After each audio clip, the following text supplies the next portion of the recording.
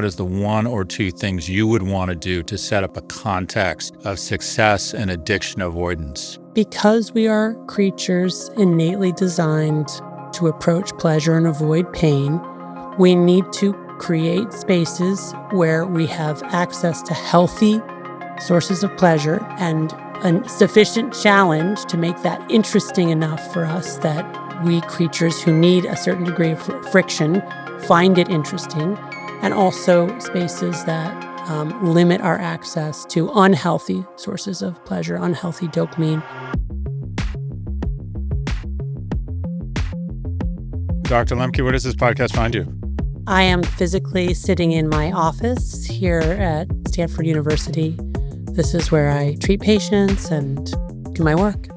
Let's bust right into it. In your best-selling book, Dopamine Nation, published back in 2021, you argued that constant access to stimulation is rewiring our brains. 4 years later, has anything changed or any additional observations between then and now?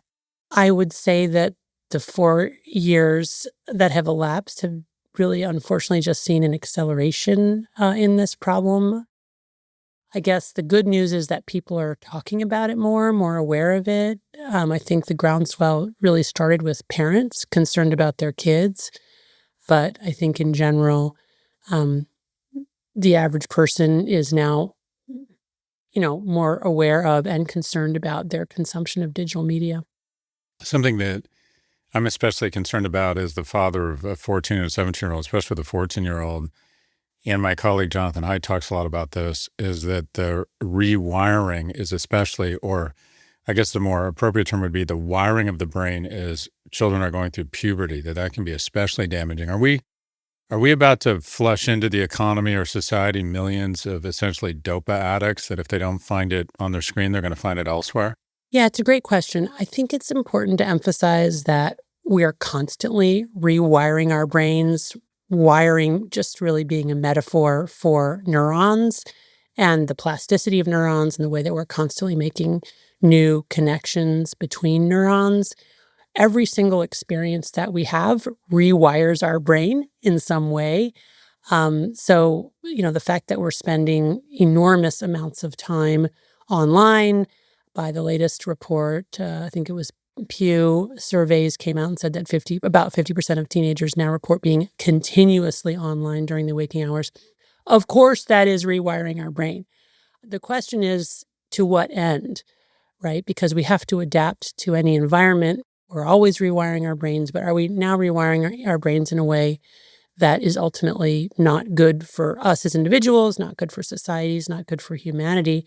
And I would say, I think I'm a little bit more measured than Jonathan Haidt about this, although I totally respect him and his work. I would say, yes, there is a lot to be concerned about here, but that I'm ultimately optimistic that we will both self and other regulate. What do I mean by that? I'm already seeing people who are beginning to say, you know what, this isn't good for me, or this isn't good for my family. Even teenagers themselves forming these groups and saying, let's get off social media together. Let's try to do things that we can do in real life, with each other. Other regulate, because it can't just be left up to the individual. This is far too powerful a transformation to just say, well, it's up to you to figure out how to moderate your consumption of digital media. We have to get smartphones out of schools, bell to bell. We have to hold the companies accountable. We have to legislate, particularly to protect kids. Talk about the different types of addiction. There's obviously addiction to screen, and there's drugs, there's alcohol, there's pornography, there's gaming.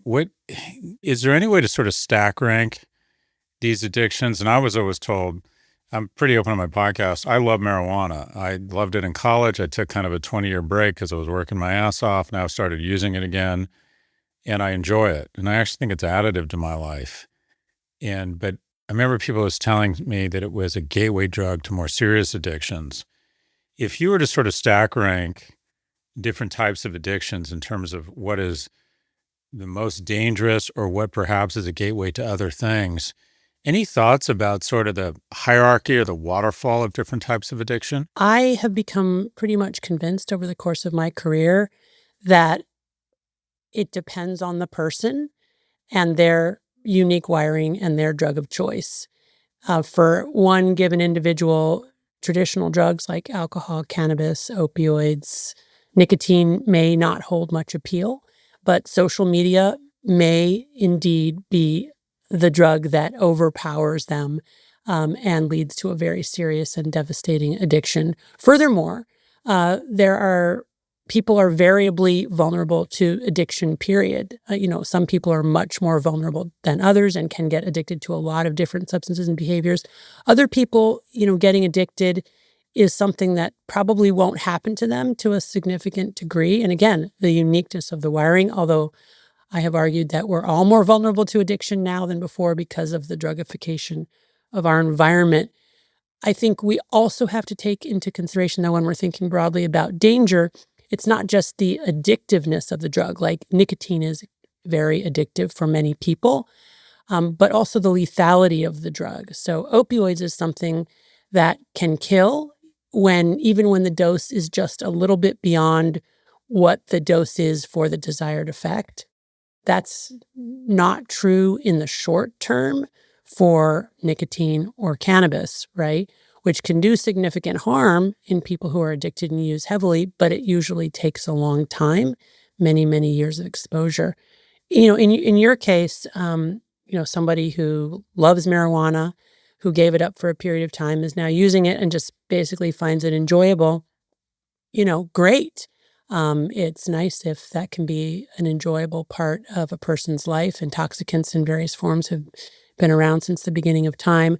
The one thing that I would caution about always is just that we're not always the best self-observers around whether or not our enjoyment is really leading us to, our short-term enjoyment is really leading to long-term enjoyment, or is interfering, in ways that we can't see, just because these drugs tend to interfere with our insight in terms of what they're doing to us.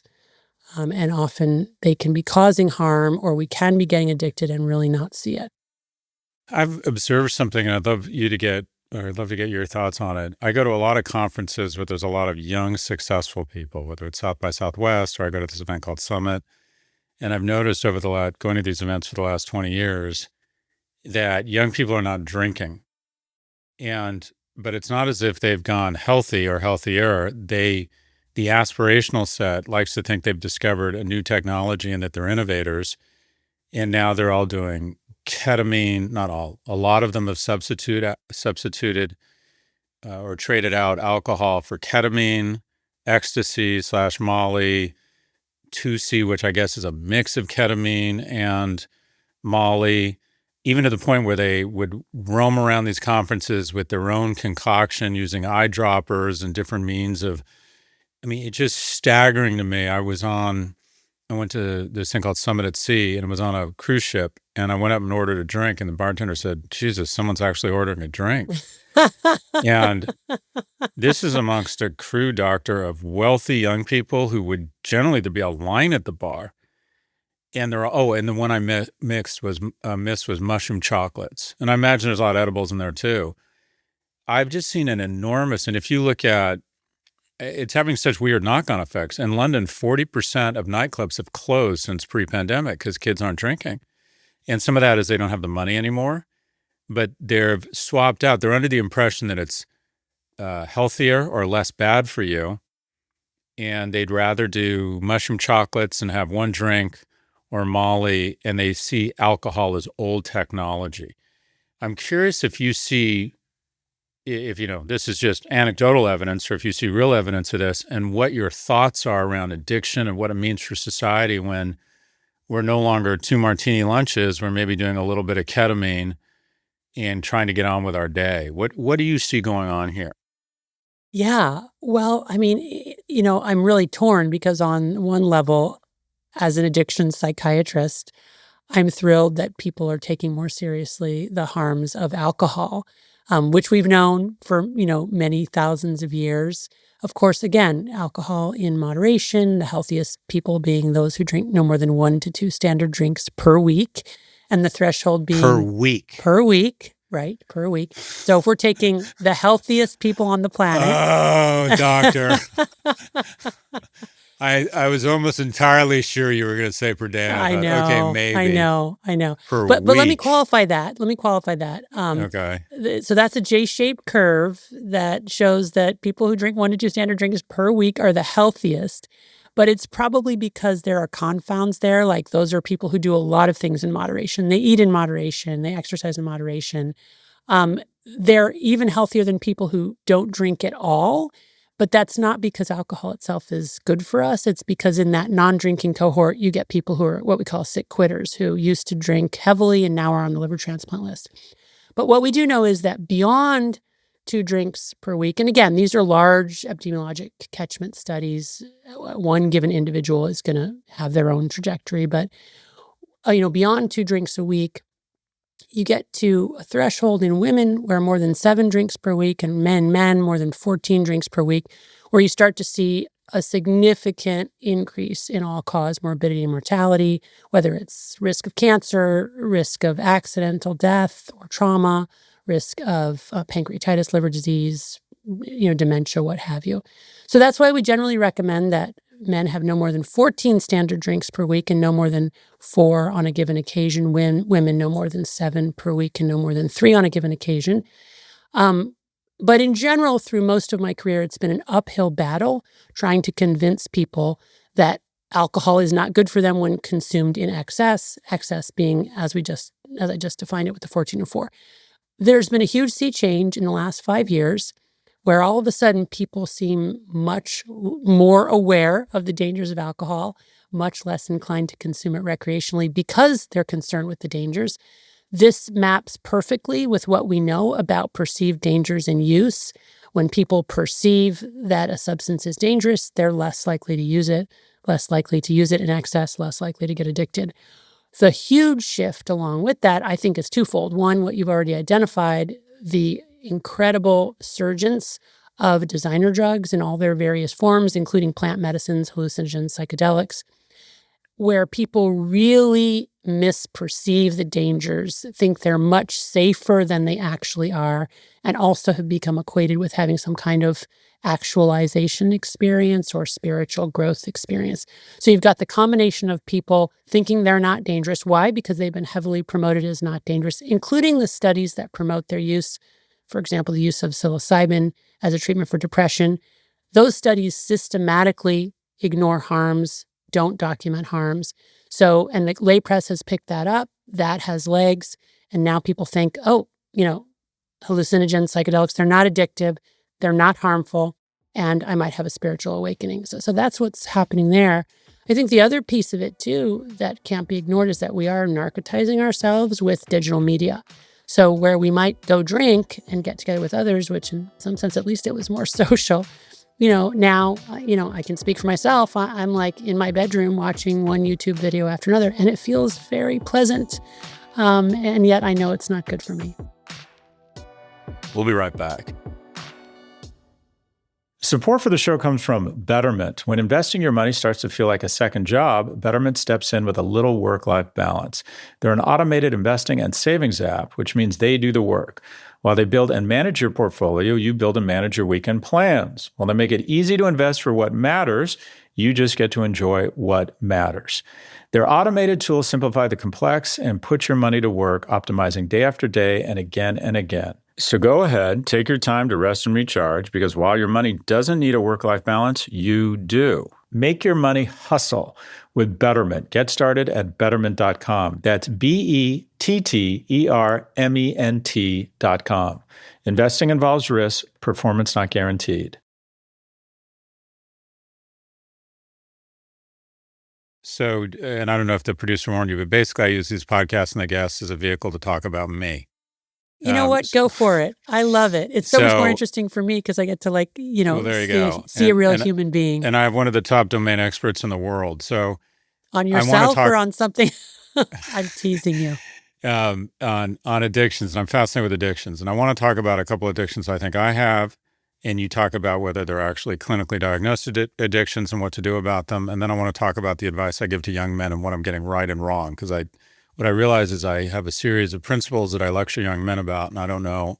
I think I'm right, but I want to know what I don't know. So the first is I believe that everyone has a certain amount of addictions.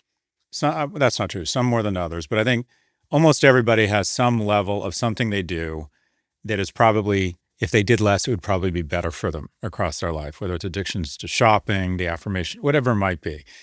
And I'm addicted to the affirmation of strangers.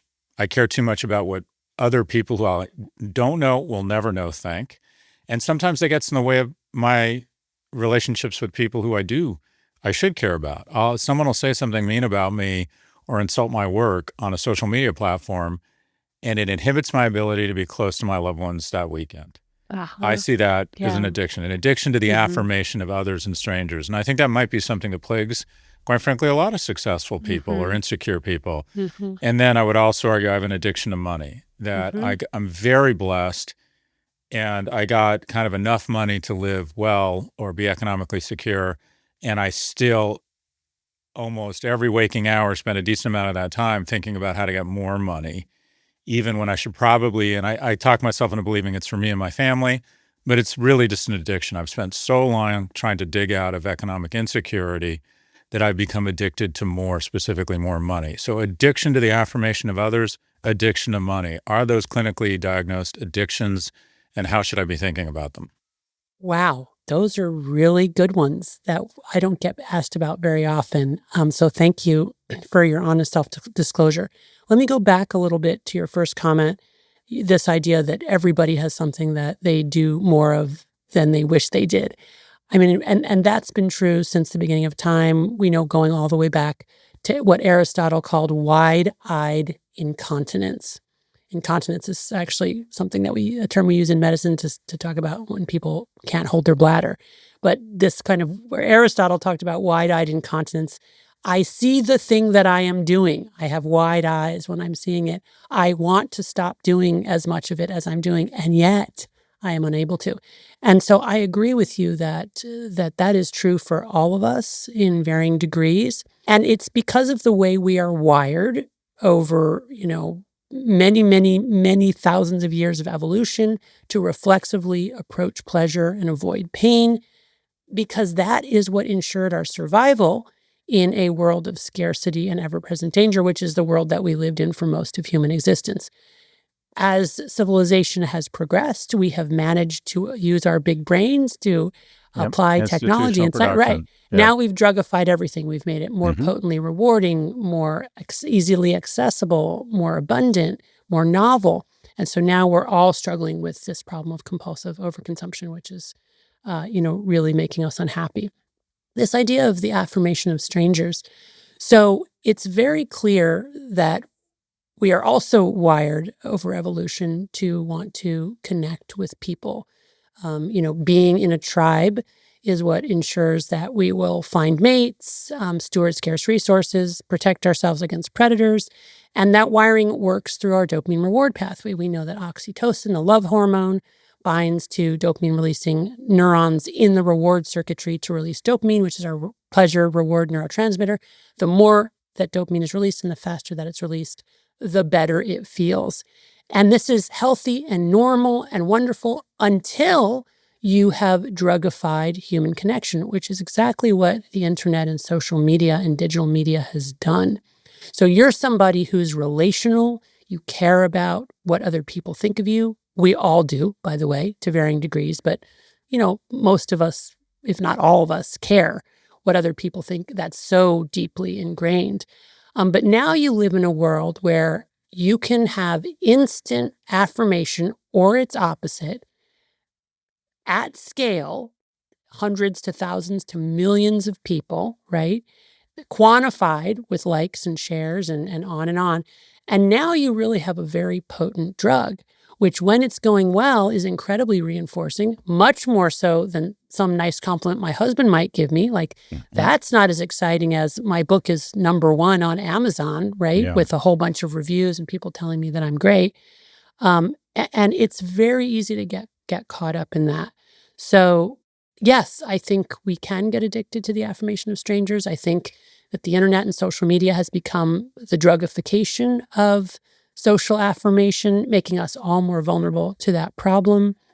And my intervention for that problem would be the same as for people addicted to drugs and alcohol, which would be to abstain from social affirmation venues, especially when you're dealing with them at scale. So try to avoid those types of situations where you would be exposed to like all of the love, because ultimately what happens with that huge surge of dopamine is that our brain compensates by downregulating dopamine transmission, not just to tonic baseline levels, but actually below baseline. We go into a dopamine deficit state. That is the addicted brain.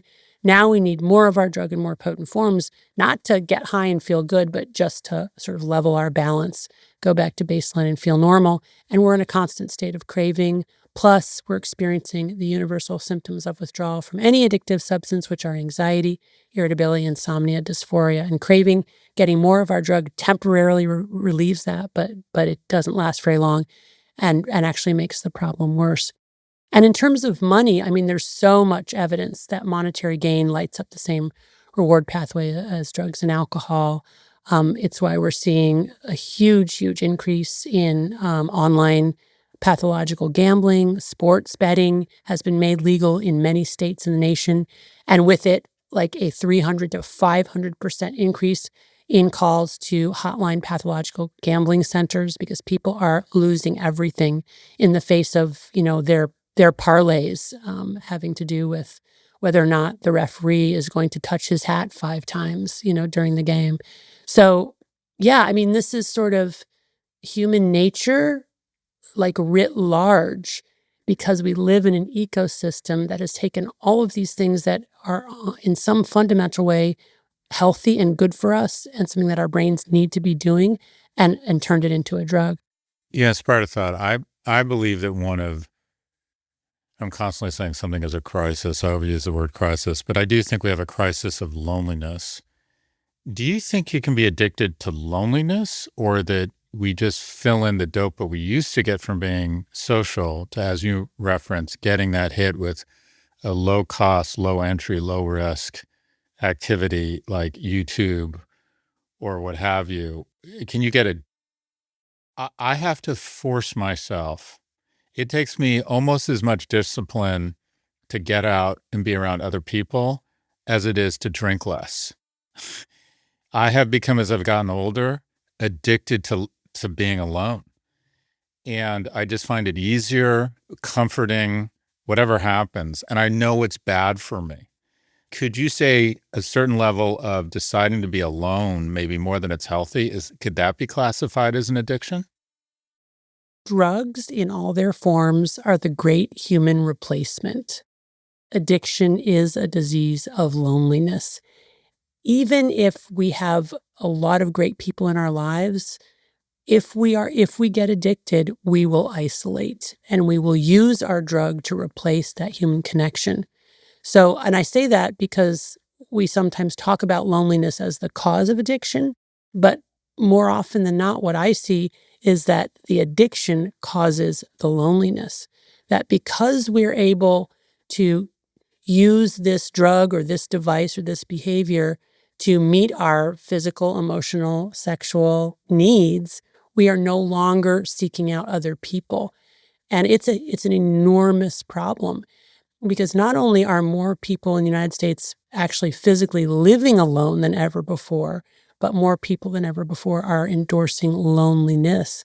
So this is a huge problem. And again, the antidote is to do the thing that's painful and difficult in the short term, because in the long term, it will make us feel better and it will make our lives better. How have you seen the patients and the research you see come through your office and across your desk? Which addictions or types of addictions have you seen increase and decrease? So, in terms of our patient population, the most common addictions for years have been the usual suspects: alcohol, nicotine, cannabis, and then starting in the early 2000s, opioids, prescription opioids, segueing to heroin and illicit fentanyl. Starting in the early 2000s, we saw the very first signal of typically middle-aged men coming in with sex, pornography, and compulsive masturbation addiction, and almost universally endorsing that it was the advent of the internet and then explicitly the mobile devices, the smartphones that led them from, moderate, manageable pornography use to immoderate, unmanageable, addictive use and destroying lives, like losing their families, their jobs, engaging in illegal activity. Um, since that time, we've just seen an increase in escalation in people presenting with digital media addictions, video games, social media, online gambling, online shopping, the internet more broadly, a kind of diffuse addiction to the internet. So that's what we're really seeing increasing. We're here in Northern California, so cannabis is huge. We're also seeing a lot of, as we talked about, sort of designer drugs, psychedelics, hallucinogens. Like they used to, like, let's say 25, 30 years ago, they had this term white glove alcoholics. These were folks who, like, they were just addicted to alcohol and not anything else. We never see that anymore. Everybody's using a whole bunch of stuff. It's a real sort of polypharmacy festival. I coach and work with a lot of young people, specifically, I think a lot about young men. And the addiction I see emerging that I don't think is getting enough attention, that just feels like a ticking time bomb to me, is online gambling. And the reason I think of it as being so dangerous is my mother was a docent at the Bellagio in Vegas. And so she used to come home with all these facts about gambling addiction. And she told me, and you can confirm or deny this, that it has the highest suicide rate because you can get in so deep. If I develop an addiction to meth or alcohol, it generally becomes pretty visible to the people around me and they intervene and try to do something. I can get so deep with gambling and nobody knows. And then I get in so deep, I've spent my kids' college fund, mortgaged the house. My spouse doesn't know what I've done. I see no way out and I decide to end it.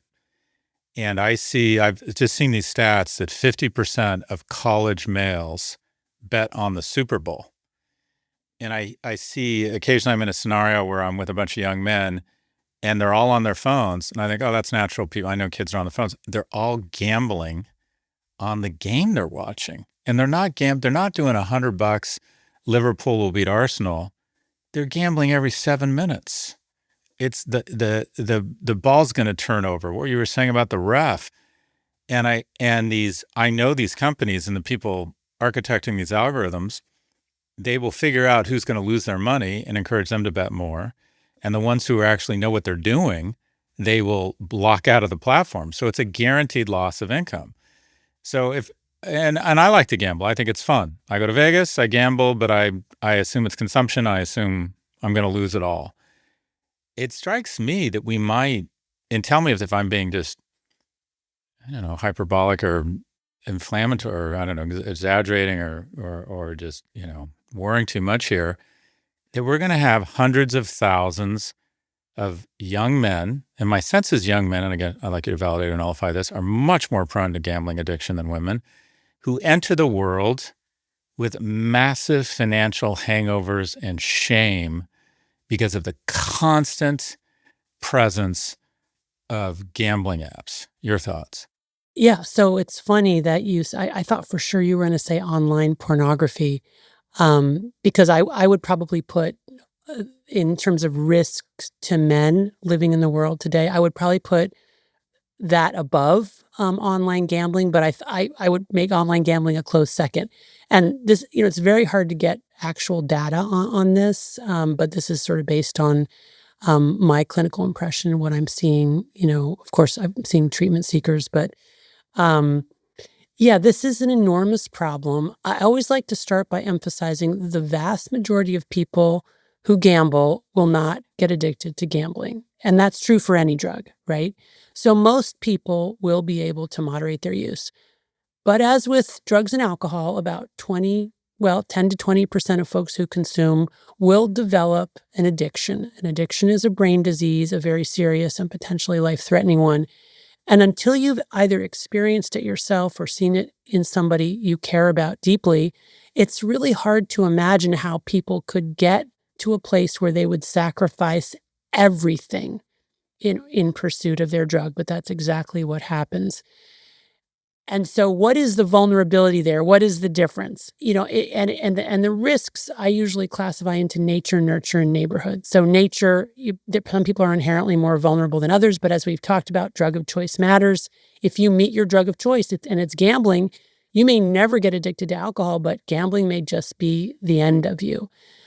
Co-occurring psychiatric disorders place people at risk because of a kind of a self-medication myth and cycle. We know that trauma contributes to the risk of addiction. That's the nurture part of it. But also neighborhood is really key. And this is, again, the ecosystem that we live in. The easier it is to get your drug of choice, the more of it you'll use, the more you'll change your brain, and the more likely you will be to develop a very serious addiction. So, yeah, I mean, gambling is everywhere. There's enough data to verify your impression that it's more men than women, although women also struggle with it.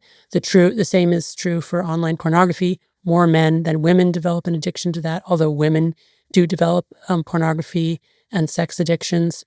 There are some addictions where women are more vulnerable than men, like online shopping and social media. But in terms of the gambling and pornography, definitely men are more vulnerable. And I absolutely agree with you that this is a huge and largely unseen problem, complicated, as you say, by the shame issue, where for gambling addiction, there's still so much in our culture about being a man who becomes wealthy and successful as sort of our modern day hero, that if you're somebody who's, not done that or, God forbid, gotten into financial trouble, very, very hard to come forward and ask for help. And frankly, the same is true with sex and pornography addiction. We have this prevailing cultural, I believe, false notion that all men are sexual predators. And so to come forward, you can only imagine the shame of somebody having to come forward and say, like, I'm addicted to sex, or I'm addicted to pornography, or I watch, these types of pornographic images and they're stimulating for me. Very shameful, very hard. I've had patients come in and come in and say they had a problem with like some drug, which wasn't even their problem. It was pornography, and it took them 4 visits to be able to admit it. Huge, huge problem here. And again, access, ease of access, quantity, it's all at the touch of our fingertips, which just makes it very, very difficult for us as humans who are reflexively wired to approach pleasure and avoid pain to withstand the lure of these incredibly potent drugs. There are professors and academics such as yourself looking at gaming. I found it really difficult to find anybody with deep domain expertise or peer-reviewed research around porn. And my assumption is that professors don't want to be known as Professor Porn, that there's actually shame in the academic community. You don't want to be that guy or gal. It's like, well, why did you decide to do that, professor? It's the second largest category, I think, on the internet. And relative to the size of it, there's a ridiculous scant amount or dearth of research around it. I had thought that, or some of the stuff I'd read, is that it's a small population consuming a disproportionate amount of porn, that most men, young men and young women are able to modulate it. My fear around it has always been that it just being very transparent. One of the reasons I went on campus every day at UCLA was, one, because I knew I was supposed to go to class, but two, the prospect that I might meet someone who over the medium or long term would decide to have sex with me. Yeah. You sound like my son. Well, I think I sound like, let me this way, I sound like most sons in their head, and I think I just articulate it. And if I'd had porn available at home, I'm pretty certain I wouldn't have been on campus 5 days a week. I might have gone to 4 or 3 or 2, because it just might have been I mean, the reality is I wanted sex so badly and my hormones were raging so much that I was willing to take social risk and go out and try and meet people. And by the way, I think that's really healthy. Yeah. To think, I want to take these risks. I want to meet Right. people in hopes that I can have a coffee, invite to a party, establish a relationship, and at some point along the way, maybe have those types of physical encounters. I think that is really, really healthy. And I worry that, and curious to get your take, that it's not the hardcore addicts that are screwing up America around this stuff. It's that it just decreases across an enormous population of young men their willingness to establish connections with others. That we're evolving, we're maturing a new species of asexual, asocial males that never get categorized or clinically diagnosed as addicts, but are just alone their whole lives and never develop these skills. Is there a low-level form of, I don't even call it addiction, but avoidance or replacement theory that could be even more damaging than what we think of as traditionally diagnosed addiction? Absolutely. And there are data to support this. So young people are having, for all our liberated sexual mores, young people are having less sex today than ever before. And many young men will report that they feel like the social landscape out there when it comes to dating and having sex is so uncertain and such a landmine that they just end up staying home, watching pornography and masturbating. And for folks who are vulnerable to that as their drug of choice, it can evolve to the point where they literally cannot stop.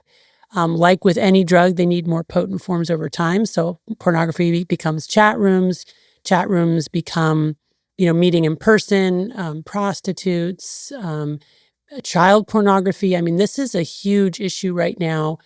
And by the way, I think your point here about it being so widespread that we can hardly even call it. It's like an endemic disease. It's not even like a rare disease. I have had, in the last little bit of like the last month, two mothers call me who are in desperation because their sons have been identified as viewers of child pornography. Now, these are teenage boys who are watching teenage girls, and who now are facing potential felony. So I just think that the whole system is not set up for the degree to which this behavior has become so widespread, so normative. I mean, we can't be convicting all of these young men of felonies, and I'm not by any means endorsing child pornography or teen pornography. In my personal opinion is that none of it's good, for so many reasons. But the issue is we have a court system who is now looking to convict an 18-year-old boy for viewing pornography of a 17-year-old girl and facing like being a lifetime sex offender. Like that, our legal system has clearly not caught up with what is happening. And the corporations that make and profit from these media are not remotely being held responsible for what's going on. I mean, this is really endemic proportion problems. And yeah, in terms of creating, it's kind of I talk about the smartphone as our masturbation machines, and I mean that like in every sense of the word.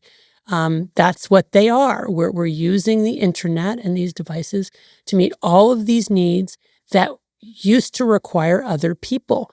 And part of what connects people together is our interdependency, our mutual need. If we didn't need other people, we wouldn't bother to do the work to go interact with them because it's a heck of a lot of work and it's complicated and it's, it's ambiguous and it's painful, because of all the ways in which we're all so complicated. So yeah, this is a huge problem.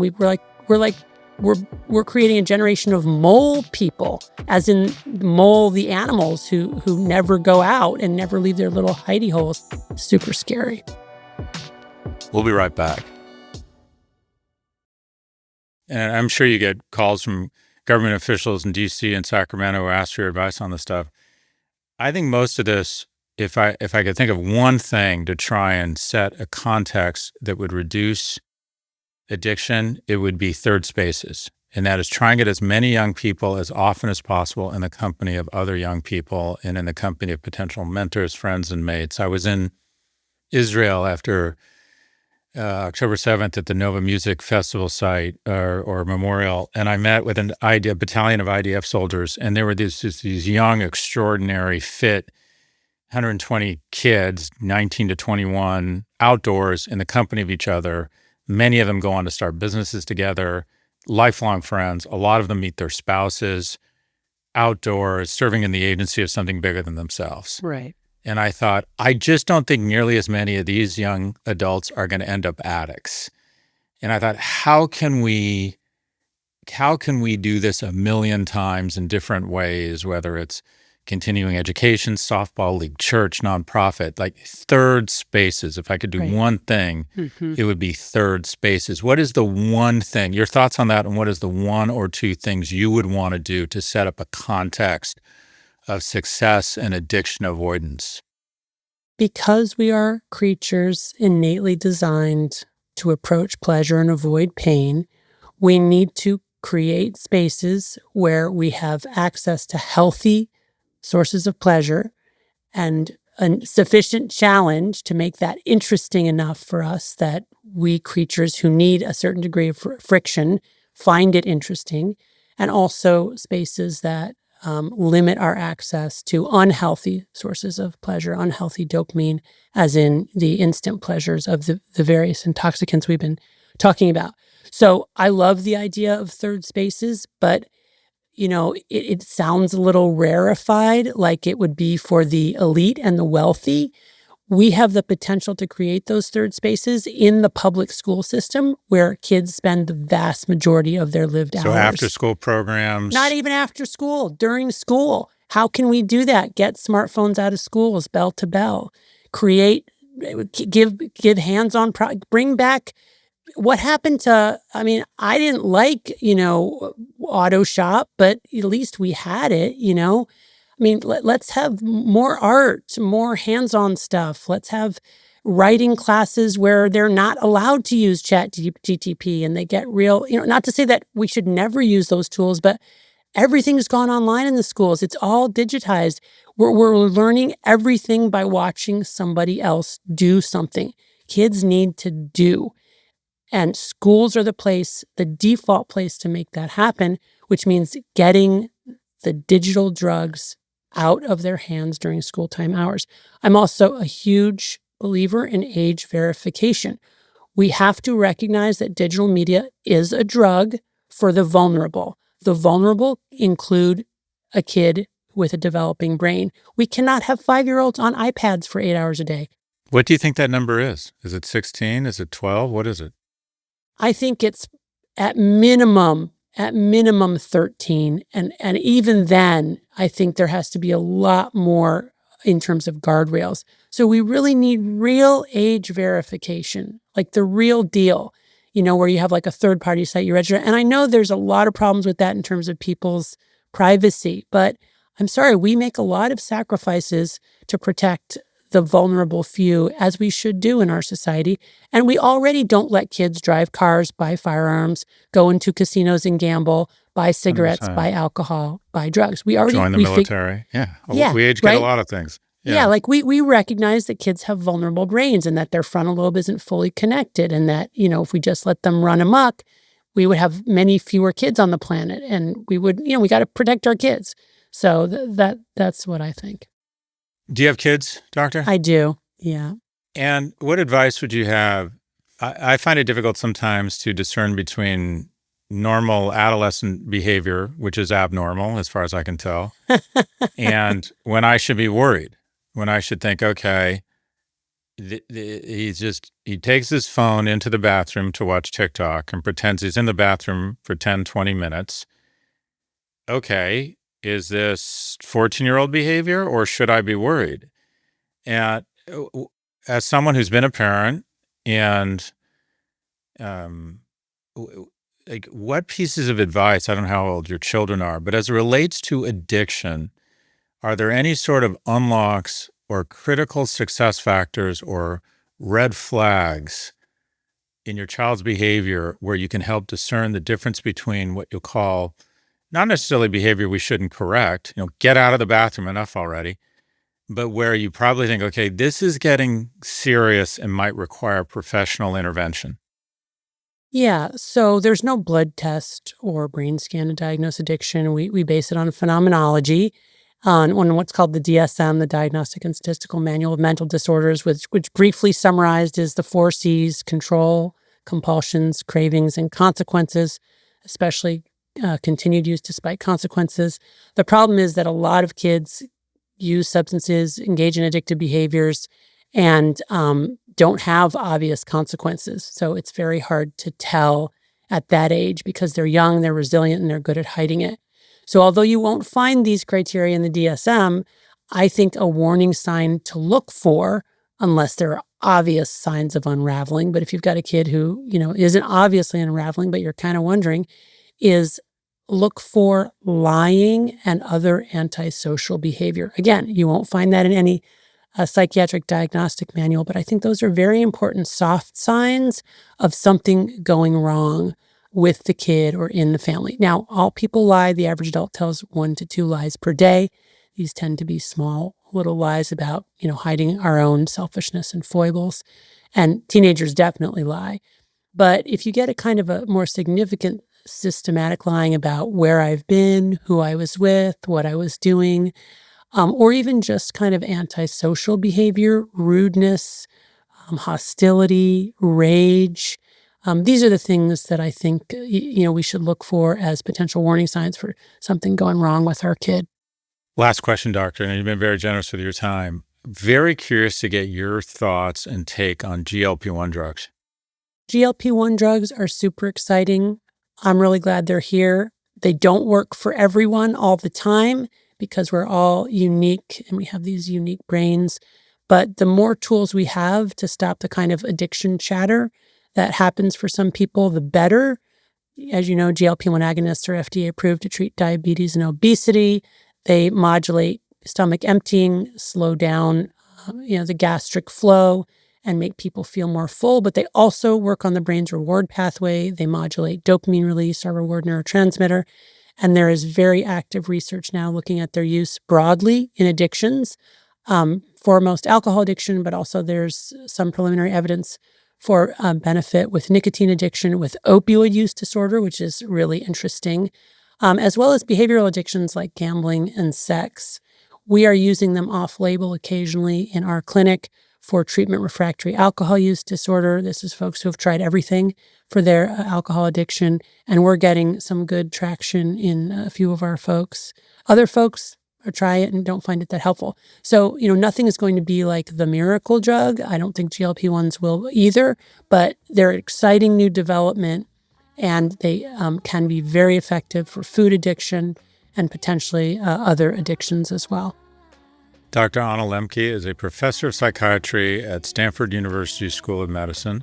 She's also the author of the best-selling book, Dopamine Nation, Finding Balance in the Age of Indulgence. I really enjoyed this conversation, and you're doing such important work, and you have such a nice vibe about you. You just reek of credibility, and I can see why you're having such an impact, because I find myself just hanging on every word, because I get the sense that you are really, a good actor trying to just call balls and strikes. Really appreciate your good work and enjoyed the conversation, doctor.